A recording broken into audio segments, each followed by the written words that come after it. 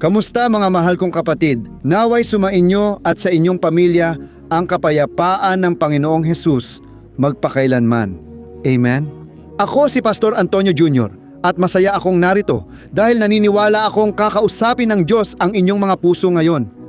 Nanalangin ako at hiningi sa Diyos ang kanyang salita. Maliwanag na marami sa inyo ay dumaranas ng matinding hirap at lungkot dahil hindi ninyo magawang makalaya. Makalaya mula sa mga damdamin, makalaya mula sa kasalanan, makalaya mula sa mga pagkakaibigan at maging sa isang relasyon na alam ninyong hindi mula sa Diyos. Kaya manatili ka sa akin hanggang sa dulo.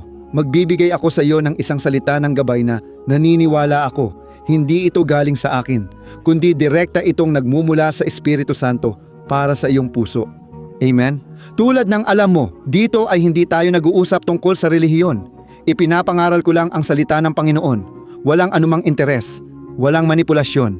Ang gusto ko lang ay pumasok si Jesus sa iyong buhay at gawin ang lahat ng kinakailangang pagbabago, tulad ng ginawa niya sa akin. Maraming taon na ang nakalipas. Magulo talaga ang buhay ko noon. Wala talagang umuunlad sa mga ginagawa ko. Para bang lahat ng kinikita ko ay inilalagay ko lang sa isang butas na sako. Walang umuunlad, walang nagtatagumpay. Hindi lang sa pera, kundi sa lahat ng bahagi ng buhay. Hindi ako masaya sa relasyon at buhay pag-ibig. Wala akong kapayapaan kaya lalo akong nalulugmok sa kasalanan. Nalulong ako sa bisyo hanggang makilala ko si Jesus. Hindi relihiyon, kundi si Kristo mismo, anak ng Diyos. At siya mismo ang nagsabi, kapag nakilala ninyo ang katotohanan, palalayain kayo nito. Nakilala ko na si Jesus at ang kanyang salita, kaya nagbago ako. Kung ako ay napalaya, ikaw rin ay mapapalaya. Amen? Maniwala ka na ang araw na ito ay hindi isang karaniwang araw. Araw ito na ginawa ng Diyos para wakasan ang iyong pagdurusa at lahat ng pinagdadaanang pighati. Kailangan mong magkaroon ng ganitong pag-asa at dahil dyan, gusto kong ipagdasal ka ngayon sa isang partikular na paraan para sa bawat takot na bumibihag sa iyo. Babasagin natin ito sa kapangyarihan at autoridad ng pangalan ni Jesus. Amen? Gusto kong pahiran ng langis ang kamay ko dito at ipagdasal ka kahit malayo. Gagawa ng malaking himala ang Panginoon ngayon sa pangalan ni Jesus. Bago tayo magsimula sa mensahe, gusto ko lang hilingin na mag-subscribe ka. Mabilis lang ito at libre lang. I-click mo ang button na mag-subscribe at sa tabi nito may lalabas na kampanilya. I-activate mo rin ang kampanilya at piliin ang opsyon na lahat. Ayos ba? Sa ganitong paraan, hindi mo mamimiss ang kahit anong video na ilalagay ko. Inaanyayahan din kitang sumali sa panalangin tuwing alas 6 ng gabi, isang biyayang karanasan. Amen? Luwalhati sa Diyos. Mga kapatid, gusto kong basahin kasama ninyo ang isang talata na nasa Exodo, Kabanata 5, Talata 20. Pero bago iyon, gusto ko munang ipaliwanag sa inyo ang konteksto dito. Ayon sa Biblia, tinawag ng Diyos si Moises. Alam natin ito, di ba? Nagtago si Moises kay Paraon matapos niyang mapatay ang isang Ehipsyo dahil nagalit siya sa pang-aalipin ng mga Ehipsyo sa mga Hebreo. Sa totoo lang, si Moises ay isang Hebreo. Hindi na niya kinaya ang mga parusa kaya naghimagsik siya laban kay Paraon at tumakas sa disyerto. Habang tumatakas siya sa disyerto, kinausap siya ng Diyos, Moises, inihiwalay kita para sa gawain. Palayain mo ang mga Hebreo dahil masakit sa akin ang kanilang pagdaing. Gusto kong ikaw ang pumunta para palayain sila. At doon binigyan ng Diyos ng kapangyarihan si Moises. Sinabi ng Diyos, sa pamamagitan lamang ng isang tungkod, gagawa ka ng mga tanda at kababalaghan. At sa isang himalang paraan, ililigtas mo ang mga taong ito mula sa kamay ni Paraon at dadalhin mo sila sa isang lupang ipinangako ko na inihanda ko para sa inyo. Doon, nag-alinlangan si Moises at nagtanong sa Diyos, Diyos, paano ako haharap kay Paraon, ang pinakamakapangyarihan dito? Nahihirapan akong magsalita at magpahayag, tapos hindi rin niya ako pinapansin o pinakikinggan. Ngunit sabi ng Diyos, Moises, sasamahan kita. Kaya naengganyo at naging kumpiyansa si Moises na magiging maayos ang lahat. Pagkatapos noon, bumalik si Moises sa Ehipto, nakipagkita siya sa mga kapatid niyang Hebreo at sinabi sa kanila, lalapit kayo kay Paraon at hihilingin ninyo kay Paraon na palayain kayo. Sasabihin ninyo na gusto ninyong magdiwang ng pista para sa Panginoon sa disyerto. Gusto ninyong malayang makapunta at makabalik, tama? Kaya sinabi ito ni Moises sa mga tao at lumapit sila kay Paraon. Noong oras na iyon, sobrang nagalit si Paraon at sinabi, "Dodoblehin ko ang trabaho ninyo. Tamad kayo, wala kayong silbi. Akala ninyo maloloko ninyo ako. Ngayon, kayo na ang gagawa ng ladrilyo at maghahanap pa ng dayami para rito."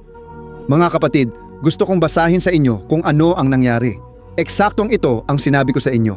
Nasa Exodo, Kabanata 5, simula sa talata 20. Tingnan ninyo kung ano ang nakasulat. Pagkausap ng mga lalaking iyon kay Paraon, nasalubong nila sina Moises at Aaron sa labas at sinabi, "Moises at Aaron, nakikita ng Diyos ang ginagawa ninyo at parurusahan kayo. Dahil sa inyo, ngayon galit na sa amin si Paraon at ang kanyang mga tauhan. Binigyan ninyo sila ng dahilan para patayin kami." Muling kinausap ni Moises ang Diyos at tinanong, "Panginoon, bakit pinapahirapan mo ang bayang ito at bakit ako ang ipinadala mo? Simula nang magsalita ako sa ngalan mo sa hari ng Ehipto, lalo niyang pinahirapan ang bayan at hindi mo sila tinulungan." Sumagot ang Diyos kay Moises, "Makikita mo na ngayon ang gagawin ko sa hari ng Ehipto. Pipilitin ko siyang palayain ang aking bayan. Oo, mapipilitan siyang paalisin ang mga Israelita." Amen? Naiintindihan ba ninyo mga kapatid? Pinapunta ni Moises ang mga lalaki kay Paraon, ngunit nagalit siya. Pagbalik nila, sinabi nila kay Moises, "Moises, parurusahan ka ng Diyos at si Aaron. Pinapasan ninyo kami ng mabigat na kapalit. Gusto na kaming patayin ni Paraon." Sabi niya, galit siya sa amin at magbabayad kami ng malaki. Noong oras na yon, labis na nalungkot si Moises. Baka kasi inisip niyang agad palalayain ni Paraon ang mga tao. Lumapit siya sa Diyos at sinabi ng Diyos, "Ngayon makikita mo ang gagawin ko kay Paraon, hari ng Ehipto." Mga kapatid, ang unang aral na natutunan ko dito ay na madalas, kapag gusto tayong palayain ng Diyos, nagkakaroon tayo ng maling akala na magiging madali lang ang lahat. Alam mo yon? Na hindi mag-aalala ang kaaway, na hahayaan lang niya tayong mapalaya, na mabubuhay tayo sa mga pangako ng Diyos, na matitikman natin ang lupang ipinangako. Pero mga kapatid, hindi natin dapat kalimutan, napakalaki ng labanan sa espiritual. Ayaw ng dyablo na mapalayo ka o ang mga mahal mo kay Jesus. Kaya madalas nagdadasal tayo pero hindi agad nakikita ang sagot. Minsan, pinagdadasal mo ang pamilya mo pero parang walang pagbabago. Mga kapatid, hindi tayo dapat tumigil sa pagdarasal o huminto sa paglalakbay dahil nasa proseso pa tayo. At syempre, ang dyablo, hindi siya basta-basta susuko. Matyaga siya. Palagi niyang susubukan na hindi makalaya ang taong iyon. Naalala ko noong ipinagdarasal ko ang aking kapatid na babae. Ang aking kapatid ay espiritista. Siya ay nagpsychograph. Ayaw ng aking kapatid na makilala ang aking Diyos. Alam mo, ang Diyos ng Biblia, ang Ama ni Hesukristo. Hindi siya naniniwala sa ganoon. Reinkarnasyon lang ang paniniwala niya, hindi muling pagkabuhay. May sarili siyang paniniwala, ngunit ipinagdasal ko pa rin siya. Diyos, ang aking kapatid ay para kay Jesus.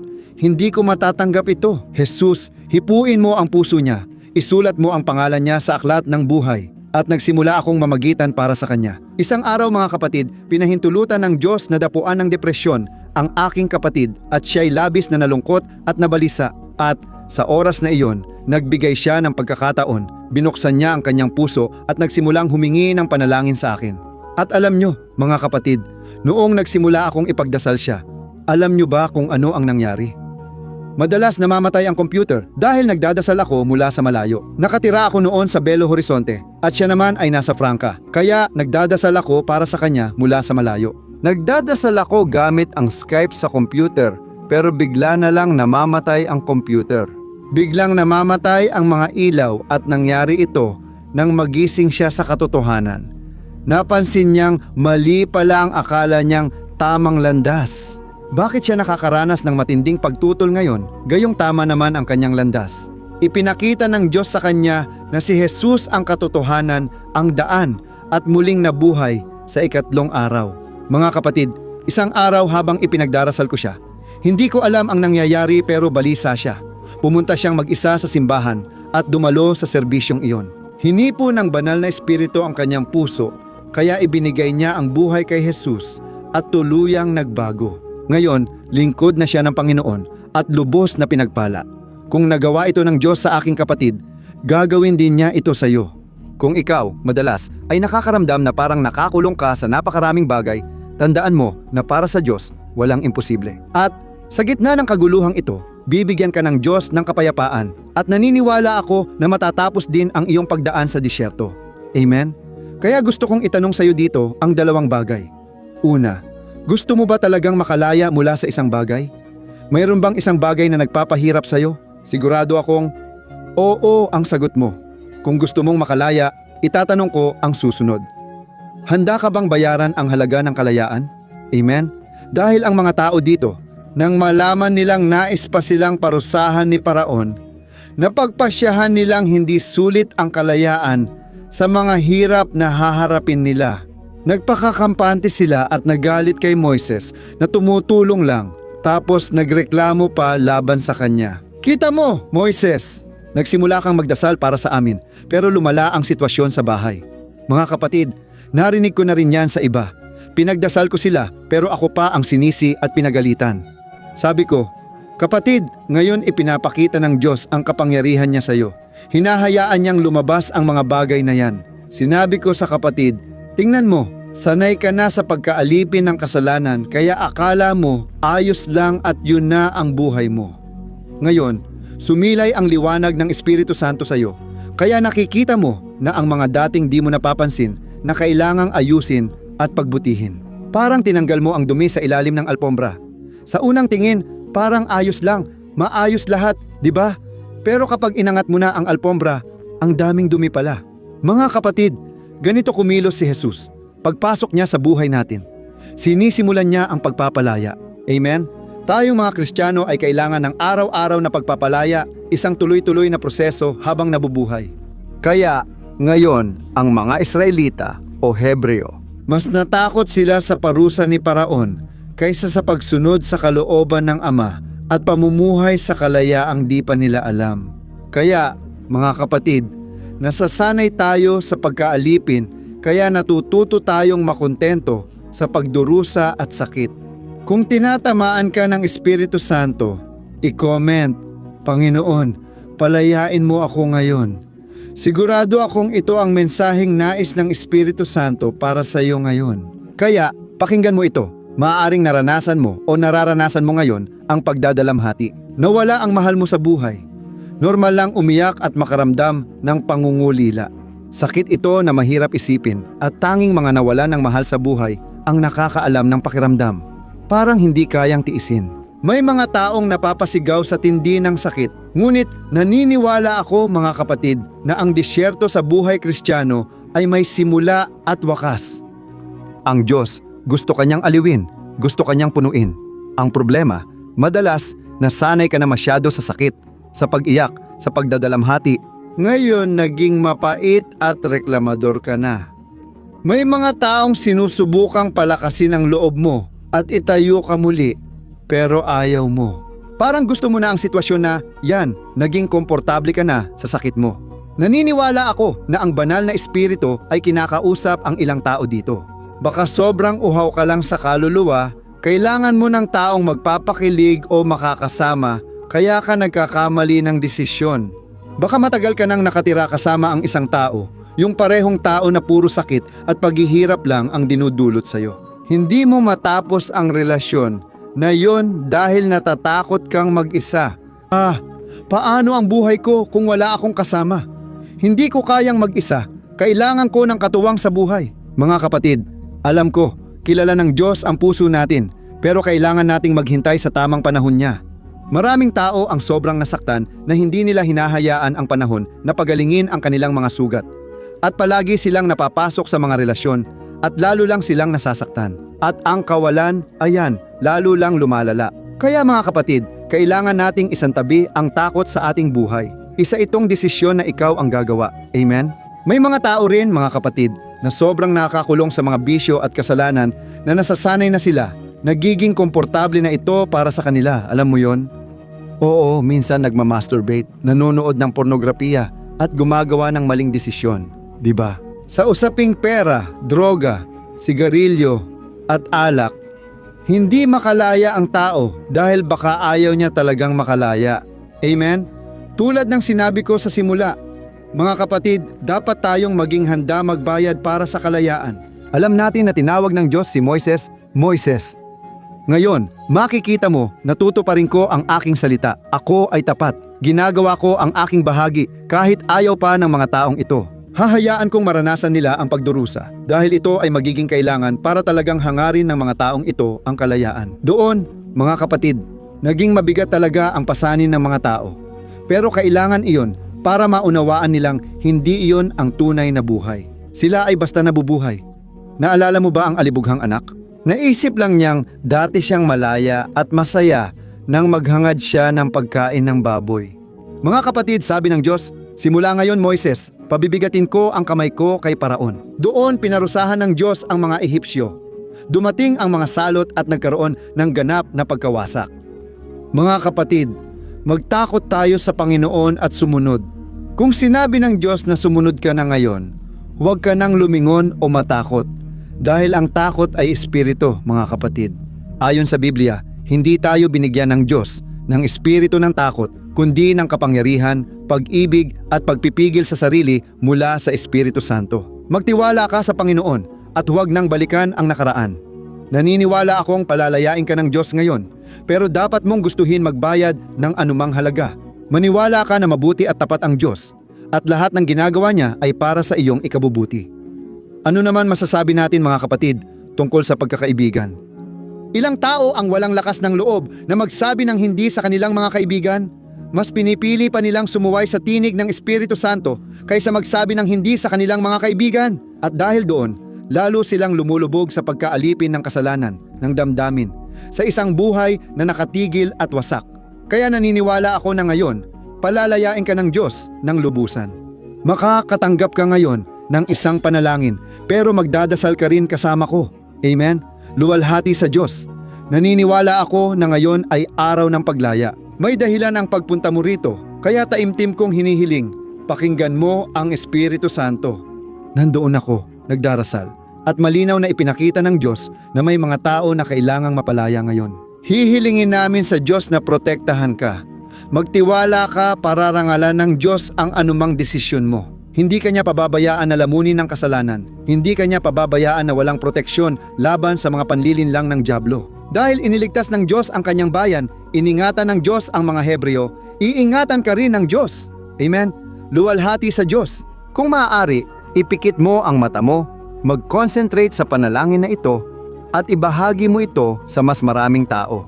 Gagamitin ka ng Diyos para maabot ang maraming buhay. Ipikit ang mata at manalangin tayo. Aleluya!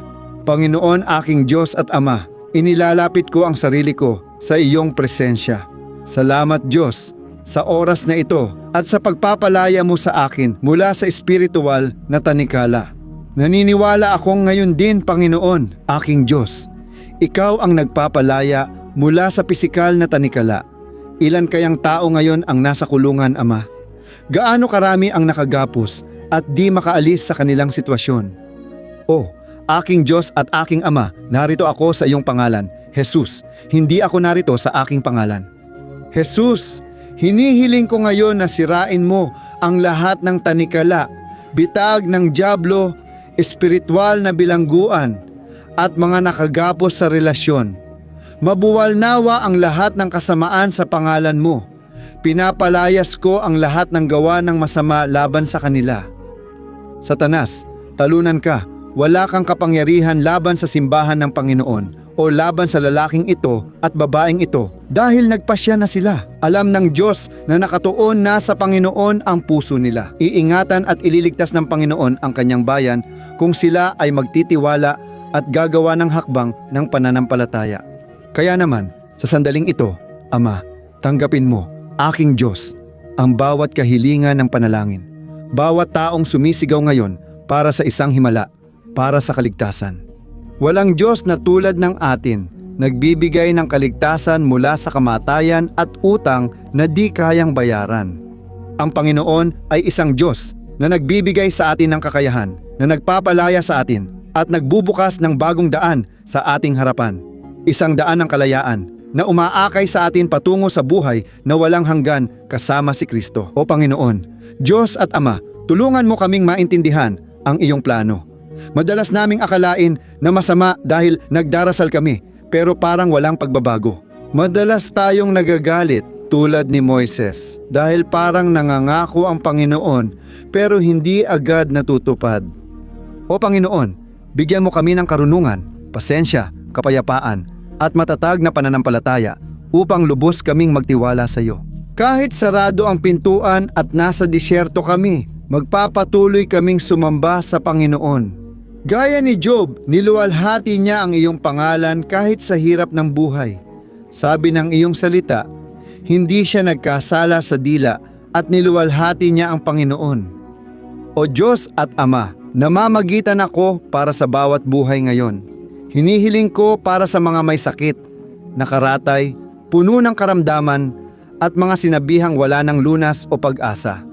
Jesus, ikaw ang nagpapabago sa medisina at gumagawa ng mga himalang di kayang gawin ng tao. Hinihiling ko sa iyo ngayon, ipagkaloob mo ang kagalingan, Panginoon. Ang kagalingan, aking Diyos, sa karamdaman na ito, sa sakit ng ulo na ito, sa sakit ng katawan na ito. O aking Diyos, ang kanser, palayain mo. Aking Ama, mula sa leukemia, palayain mo. Aking Diyos, mula sa napakaraming paghihirap na dinaranas ng taong ito. Panginoon, gumawa ka ng pagbabago at naway maluwalhati ang iyong pangalan. Ngayon, hinihiling ko sa iyo, O Diyos, na dumaloy ang dugo ni Jesus sa aking buhay, sa buhay ng aking mga kapatid kay Kristo, pamilya ko, at buong pamilya natin. Sa ngalan ni Jesus, hinihiling ko ang kapayapaan at proteksyon. Ako'y nananalangin at nagpapasalamat sa iyo.